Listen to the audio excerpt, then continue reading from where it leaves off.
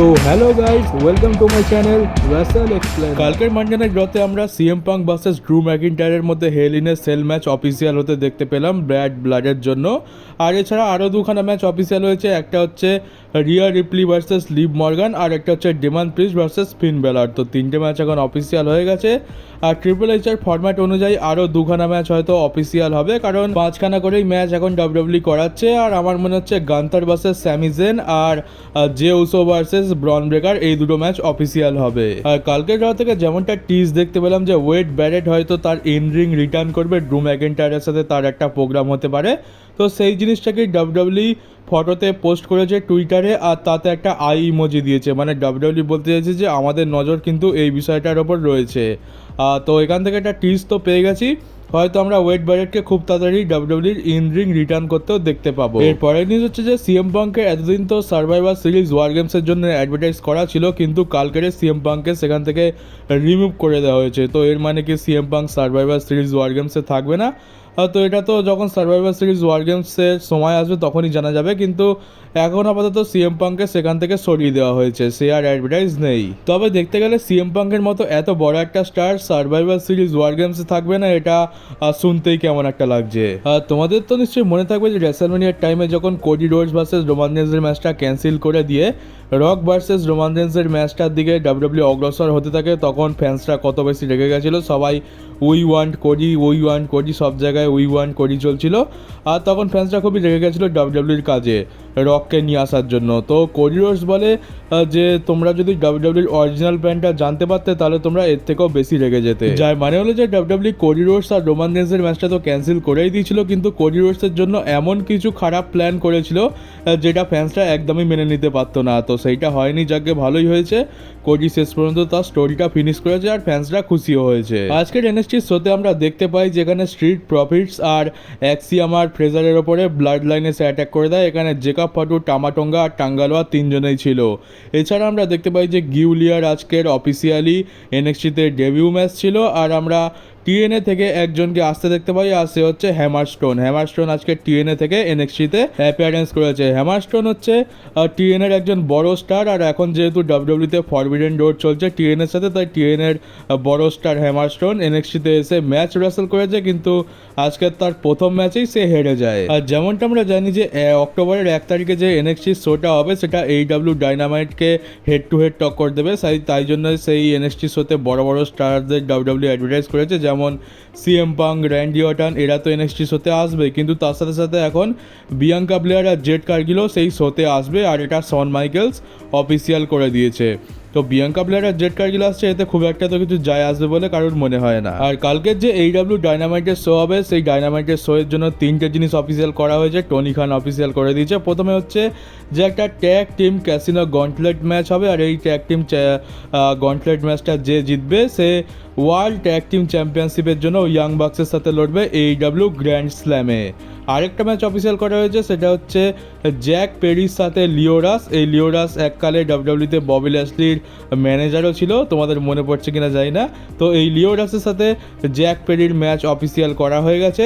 আরেকটা ম্যাচ যেটা অফিসিয়াল আছে সেটা হচ্ছে স্যামি গ্যাবেরার সাথে রিকোসের ম্যাচ। তো আপাতত এই তিনখানা ম্যাচ এইডাব্লিউ ডাইনামাইটের জন্য অফিসিয়াল করেছে টনি খান। আর কালকের আমি এইডাব্লিউ ডাইনামাইটের পুরো রিভিউ আর এক্সপ্লেনেশন ভিডিও দিয়ে দেবো চ্যানেলে, তো তোমরা কালকের আমার চ্যানেলে পেয়ে যাবে। এরপরের নিউজ হচ্ছে কিয়ানা জেমসকে নিয়ে। কিছুদিন আগে ডাব্লিউডাব্লিউ কিয়ানা জেমসকে এনএক্সটি থেকে ডাব্লিউডাব্লিউর মেন রস্টারে ড্রাফট করে দেয়, কিন্তু এখন কি হয়েছে যে কিয়ানা জেমসকে ডাব্লিউডাব্লিউর অ্যাক্টিভ রস্টার থেকে রিমুভ করে দেওয়া হয়েছে, কিন্তু এর পেছনে এমন কোনো কারণ নেই যে তাকে রিলিজ করে দেওয়া হয়েছে। আসল কারণটা হচ্ছে যে কিয়ানা জেমসের পায়ে ইনজুরি হয়ে গেছে, আর যার ফলে তাকে 6 মাস এখন আউট অফ অ্যাকশন থাকতে হবে।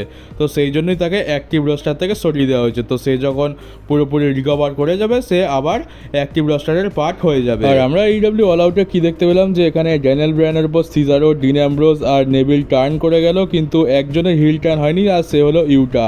তো ইউটা কিন্তু ড্যানিয়েল ব্রায়ানকে বাঁচাতে চাইছিল, সে এইসবের একেবারে বিপক্ষে ছিল। তার মানে হচ্ছে যে ইউটার এখনও ফেস রয়েছে, কিন্তু বাকি তিনজনের হিল টার্ন হয়ে গেছে। তো ইউটাকে এখন টিম থেকে বের করে দেওয়া হবে, আর সেটাই হয়তো স্বাভাবিক। আর ইউটাকে আমরা ড্যানিয়েল ব্রায়ানের পক্ষ নিতে দেখতে পাবো। তো ড্যানিয়েল ব্রায়ানের সাথে ইউটা হয়তো এই তিনজনের সাথে লড়াই করবে, আর এইটাই এখন এইডাব্লিউ অফিসিয়ালি অ্যাডভার্টাইজ অ্যাডভার্টাইজ করছে যে এই স্টোরি লাইনের ফিউচার কী হবে, আর সেটা আমরা কালকের AEW ডাইনামাইটের শোতে দেখতে পাবো। আর সিএম পাঙ্কের এই যে ব্রেসলেটটা দেখতে পাচ্ছ, সিএম পাঙ্কের এই ব্রেসলেটের স্টোরি লাইন যখন শুরু হয় তখন WWE তাদের শপের ওপরে এই ব্রেসলেটটা সেল করছিল। আর এখন যেহেতু এই ব্রেসলেটের কাজ মিটে গেছে, ড্রু ম্যাকিন্টার ব্রেসলেটটাকে ছিঁড়ে টুকরো টুকরো করে দিয়েছে, তখন WWE তাদের শপ থেকেও এই ব্রেসলেটটাকে সেলের জন্য সরিয়ে দিয়েছে। তো এই ব্রেসলেটটা খুব কম সময়ের জন্য ছিল, কিন্তু সেল ভালোই করেছে। আর একটা জিনিস দেখতে হবে যে WWE কিন্তু কোনো জিনিস নিয়ে বিজনেস করতে ছাড়ে না, এরা ছোট থেকে ছোট জিনিস নিয়েও বিজনেস করে। আর PWI মানে প্রো রেসলিং ইলাস্ট্রেটেডের তরফ থেকে 2024 সালের টপ 500 রেসলারদের লিস্ট বেরিয়ে গেছে, মানে টপ 500 রেসলার কারা ওয়ার্ল্ডের। আর এই লিস্টটা অনেক গুরুত্বপূর্ণ, কারণ প্রত্যেক বছরই এটা বের করে, আর এদেরটাই সব থেকে ভ্যালুয়েবল। তো 1 নম্বরে দেখতে পাচ্ছি এখানে কোডি রোডস রয়েছে, 2 নম্বরে রয়েছে স্ট্রিক ল্যাং, 3 নম্বরে রয়েছে উইল অসপ্রে, 4 নম্বরে রয়েছে সেথ রলিন্স, 5 নম্বরে রয়েছে NJPW টেটসুয়া নাইটো, আর 6 নম্বরে রয়েছে ডেমান প্রিস্ট। তো এরাই হচ্ছে টপ 6। আর 2024 সালের সেরা রেসলার হচ্ছে কোডি রোডস, আর এটা এখন হয়ে গেছে অফিসিয়াল। এবার এই 500 জনের মধ্যে WWE টপ 10 সুপারস্টার কারা রয়েছে আর তারা কত নম্বরে রয়েছে সেটাও দেখে নাও। কোডি রোডস রয়েছে 1 নম্বরে, সেথ রলিন্স রয়েছে 4 নম্বরে, ডেমান প্রিস্ট হচ্ছে 6 নম্বর, স্যামি জেন হচ্ছে 12 নম্বর, ড্রু ম্যাকিন্টার ঠিক তারপরে রয়েছে 13 নম্বরে, 17 নম্বরে রয়েছে জে উসো, 27 নম্বরে রয়েছে LA নাইট, 28 নম্বরে রয়েছে ট্রিক উইলিয়ামস, 30 নম্বরে রয়েছে ইলিয়া ড্রাগনভ, আর 37 নম্বরে রয়েছে লোগান পল। তো এরাই টপ 10 WWE সুপারস্টার যারা এই 500 লিস্টে জায়গা পেয়েছে। আর এছাড়া আরও রেসলাররা রয়েছে, কিন্তু তারা টপ 10-এর মধ্যে পড়ে না। এরপর দেখে নেবো AEW টপ 10 সুপারস্টার যারা এই লিস্টের মধ্যে জায়গা পেয়েছে। তো 2 নম্বরে রয়েছে স্ট্রিক ল্যাং, 3 নম্বরে রয়েছে উইল অসপ্রে, 7 নম্বরে MJF, 8 নম্বরে জন মক্সলি, 11 নম্বরে সামোয়া জো, 14 নম্বরে ড্যানিয়েল ব্রায়ান, 20 নম্বরে এডি কিংস্টন, 21 নম্বরে কাজুচিকা ওকাডা, 24 নম্বরে রয়েছে অরেঞ্জ ক্যাসিডি, আর 26 নম্বরে রয়েছে অ্যাডাম কোপল্যান্ড, মানে হচ্ছে আমাদের এজ, যাকে তোমরা এজ নামে চিনো। তো এই হচ্ছে AEW টপ 10 সুপারস্টার যারা PWI এর 500 জনের টপ রেসলারদের লিস্টে জায়গা পেয়েছে।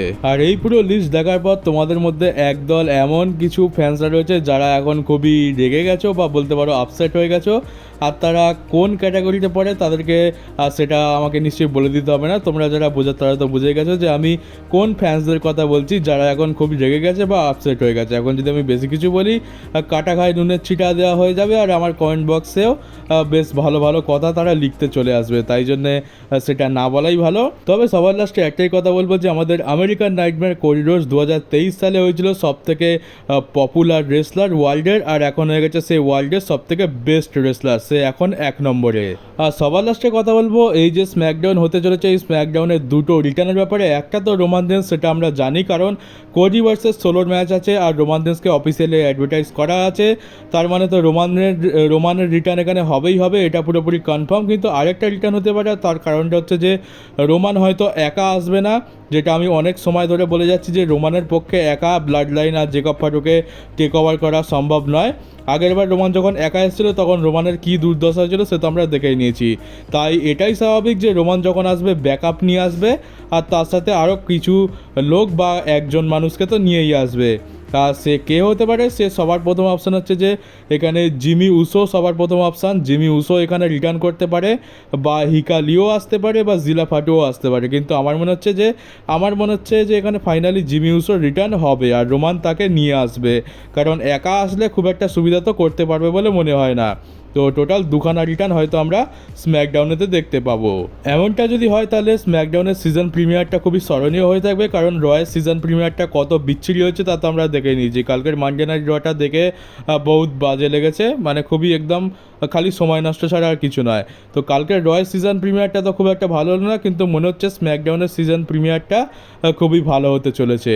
তো দেখা যাক স্ম্যাকডাউনেতে কি হয়। তো চলো গাইজ, এই ছিল আজকে নিউজ ভিডিও। কেমন লাগলো কমেন্ট বক্সে অবশ্যই জানিও। নতুন হয়ে থাকলে চ্যানেলটিকে সাবস্ক্রাইব করে নোটিফিকেশন বেলটাকে অবশ্যই অন করে দিও, আর ভিডিওটাকে শেয়ার করতে ভুলো না। তো চলো গাইজ, দেখা হচ্ছে তোমাদের সাথে আমার পরের রেসলিং জগতের একটা নতুন নিউজ ভিডিওতে।